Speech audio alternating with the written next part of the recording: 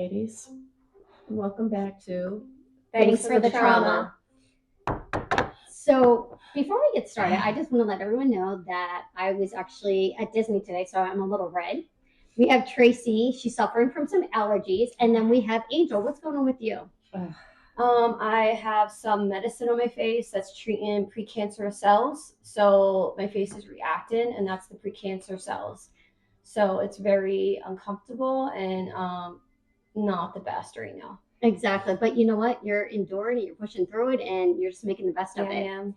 So today, what are we talking about today, Tracy? We are going to talk about our triggers and what triggers us. Okay.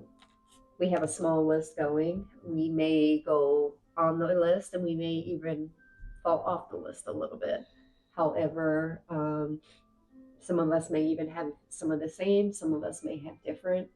Forgive me for sniffling, sneezing, coughing. I apologize, but one of you can start first if you like. Mine? Sure. One of my triggers is smells, Mhm. odors, more so of like a dog smell or a urine smell.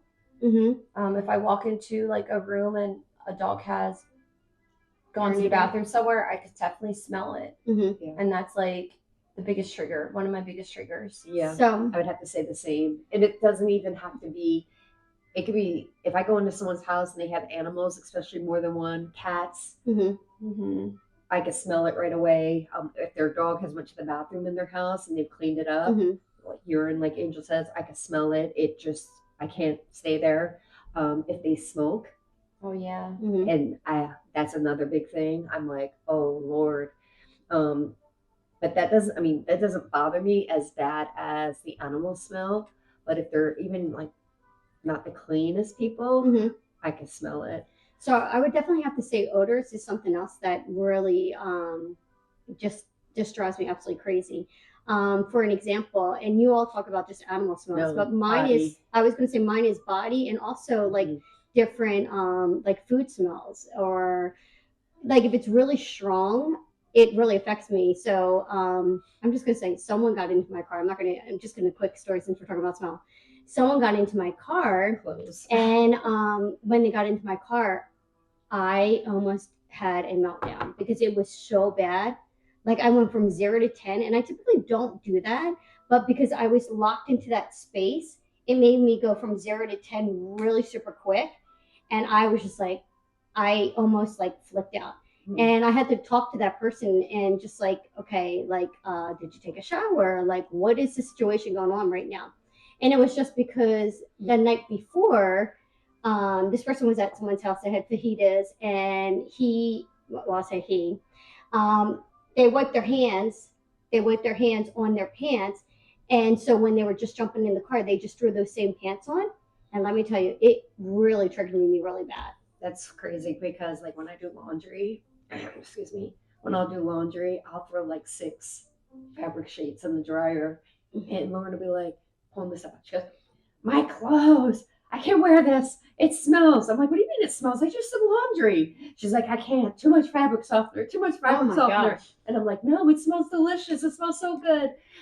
Because the smell, like my clothes have to smell But I think great. I would have to say my delicious. delicious. I know. I'm sorry, my clothes have to But smell fresh. but I think that the reason why I went, and I could, the good thing about even doing this podcast or even going through the trauma that I've gone through is that I could recognize, like, hey, why am I feeling this way? And it's because I was in enclosed, like I was driving in a car. I couldn't jump out of the car or anything like that. I was enclosed in this space, and this smell just stayed there. And it wasn't until the problem got fixed. As soon as the problem got fixed, I started to calm down and everything like that. So definitely smells are probably one of my worst things. So do you think it was like the fight and flight feeling?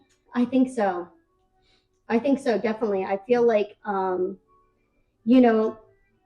being, oh man, it's so crazy because I feel like in that moment, like I thought, like I couldn't escape it, but I was trapped. And then also, then I thought about like when I was in high school and I wore a pair of pants that had the smell of I can't remember. Brilliant. Yeah, on it. And we were in assembly at school. And I just remember the people like sitting around me, and they were all like looking towards me because I smelled so bad. And I think that it's just a smell, like it's a smell issue. And as soon as the car situation and everything that just triggered. Yeah, it childhood triggered. Yeah, trauma. exactly. Trauma. Well, I was just thinking about what you said about your school, and then I know I said it before in my class when I was like 7th, 8th grade, when somebody was like, I'm gonna sit next to her, she smells like dog. And I think, like, you know, it's on your clothes, the cigarette smell, the dog smell, and then we, like, you know, we couldn't do anything about it. Yeah. When we were younger. Exactly. Yeah. And you know what's really crazy too, and when you just say about it's on your clothes, and we're not going to get off topic, but I do remember sometimes the dogs would jump up on us and stuff like that, and because they lived in the cages or in that pit or whatever like that, they had their urine in their stools, like their poop, then they would go on you, and you didn't even know it. I was like on my back at one time, you know. So I think that's why we're probably all affected by smells. Yeah. So what's another trigger for you all? Would you say? I'll go next. I have one. I'm gonna go, and I've said this numerous times, but mine is closed doors. Oh yeah, closed doors, and I think that we mentioned that. And why do you think that closed doors is triggered for you, Tracy? I think it's because I feel trapped, and I feel like there's no way out. Yeah, and it makes so much sense. I just can't. I mean, it literally puts me into a panic, and I feel like I can't escape. Yeah. And I feel like I'm being kept. Yeah.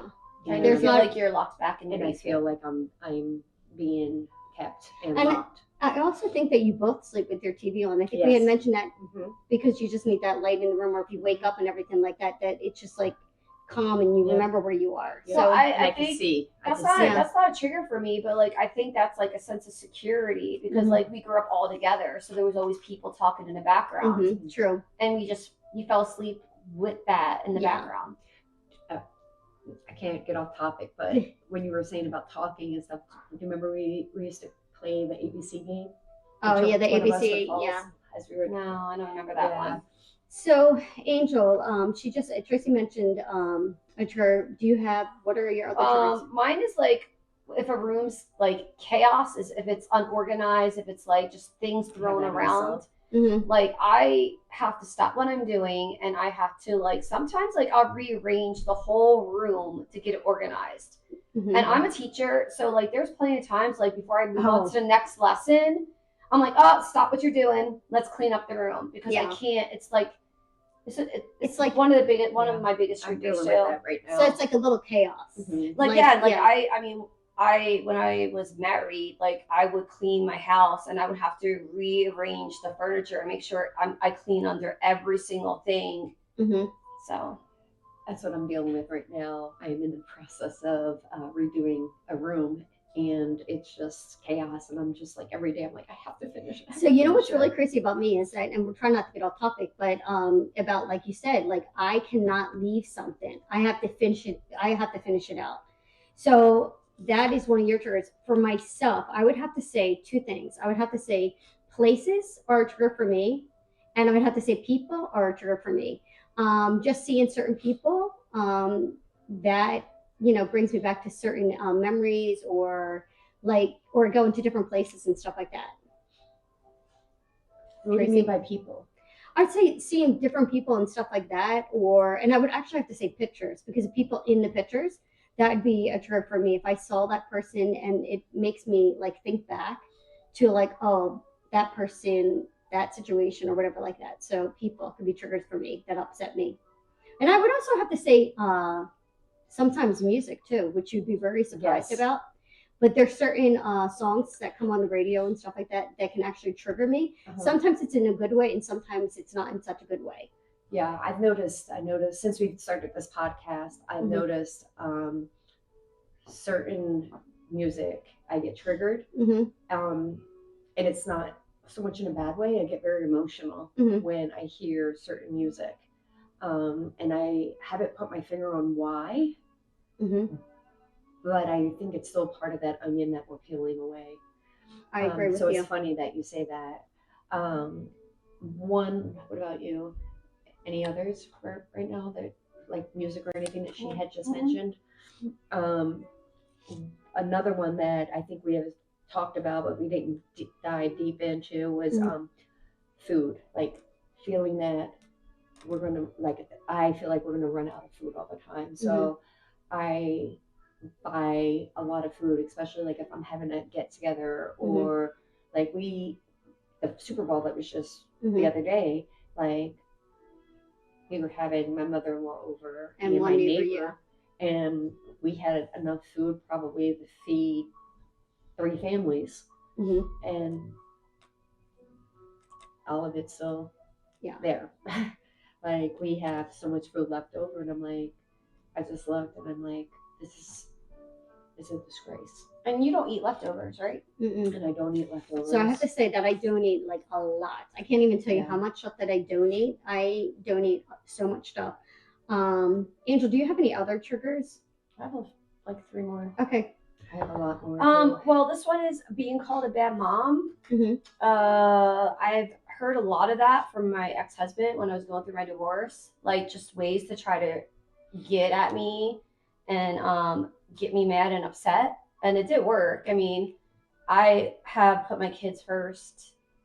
Like ever since I had them, they have been number one. And I mean, being told that I'm a bad mom because I wasn't doing what my ex wanted me to do at the time, like that's bullshit. But I know I'm not a bad mom. So I know I'm the best mom that my kids have. Am I perfect? No. I make mistakes, but I learn from my mistakes to be a better person for them and to be like just, a good role model for them. So that's my one thing that gets me, or just like names people might call me. And it probably goes back to when you were in school and stuff like that, people would call you names and you had no control of that. Well, I mean, I get like that rest in bitch face, but that's normal. So the RBF. That's normal. Tracy? I have when people come at me or I feel that I'm being falsely accused versus just coming to me and talking to me, or like if people were talking about me versus coming to me and asking me, because I'm an open book. I'll tell you anything you want to know, just ask me. Versus, just accusing you. Yeah, that is a huge trigger for me. Just come to me and ask me anything you want to know, because I will tell you the truth from the get-go. I have nothing to hide. I was just going to say, so that's a really good thing that you said, because my next question was going to be, how do you deal with your trauma? Like in that kind of situation and stuff like that. So what you're saying is, instead of someone falsely accusing you, hey, just come to me and talk to me. Yeah, absolutely. Come to me, talk to me, ask me. I will tell you. Because I know a lot of stories get confused and people think this. And I mean, sometimes there's truth to a story. Well, there's always one truth and then different sides of it, because it's just 2 different views or maybe 3 different views of it. And then things get confused and mixed up or whatever. And I will tell you exactly what happened to me. I will tell you my side and what happened to me. I can't tell you what happened to someone else, but I can tell you what happened to me in my experience. Yeah. I totally understand. So, how about you, Angel? What was your other one that you said you had? Do you have any more triggers over there? I pretty much already know mine. Like I said, mine are smells, definitely. And believe me, that's a big thing. Mine are people. Mine are places, or people even in pictures, or places in pictures or something like that. Definitely. And I think that we mentioned a little bit also about music and stuff like that. And I think it's because of the time period that we grew up in, in the 70s, 80s, and 90s. And different songs that'll come back to me, like, this is a time period that I was going through this, or this song is a time period that I was going through that. And so there are different triggers that I may have. Well, I mean, I feel like my 2 might go together, feeling like I need to be perfect and not being good enough. Like, right now, my face, this is like a trigger for me, but I can't hide myself because I'm a teacher and I need to be working and going to school and do my things. And the kids have been really sweet to me. I did have a few people, adults say, oh, you have an allergic reaction, but they're just curious. They see me every day. But do you feel like, in a sense, this is a good thing though, because you're actually taking care of yourself, you're investing in yourself? Yeah, you know what I mean? You're doing what's right for you, and what's best now versus what could be the outcome. No, I know, but it's like I go to dermatologist like every 3 to 4 months. to get my skin checked because I did have some skin cancer on my body. Mhm. So like doing this, when she said it, I'm like, okay, I'll do it because I don't want to do. I did have a biopsy on my upper lip Yeah, before. I think I remember. Yeah. So that's a scar that like it looks a little white, whatever, right Mhm. there. So I don't want to have to deal Do with that. a scar on my face one day because I'm not, this is preventative, so I'm going to do it. Anything preventative health, I'm all for it. Mhm. And like I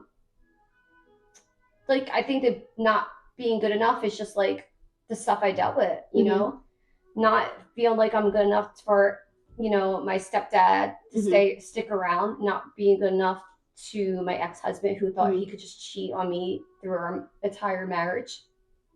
I put him first. I put my kids first. I didn't think about myself. Mhm. And now at 48 years old, I'm thinking about myself. I'm putting myself 1st. Mhm. And I'm happier. Mhm. I'm happier now.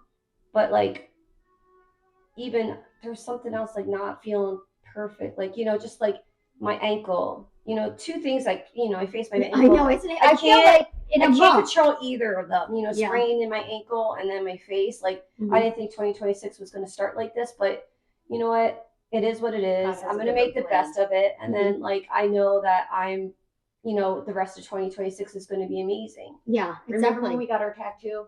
Yeah. What's it say? Enough. Enough. Oh. We I know. are And enough. then I have on the other We one, are- strong, to we go strong are enough. And we just need to know that. We need to believe that. And that's it. I mean, we're enough. I mean, I had a lot of battles with, am I enough? And I know I'm enough. Mhm. And I mean, I had to learn to love myself in the last year. Like, I really learned to love myself. And here I am, like, for the last 6-7 years searching for love, where I'm like, wait, I gotta love myself. Exactly. First. Yep. And I think actually with this podcast and stuff Love like ourselves, that, love our that kids, and then we can love others. Yeah. but I also think with the podcast and stuff like that, that you're really working through all your feelings, your emotions. You're actually really helping yourself, but then you're also helping other people that may be, in different places. I mean, in some of the similar in different places that we have been. Mm-hmm.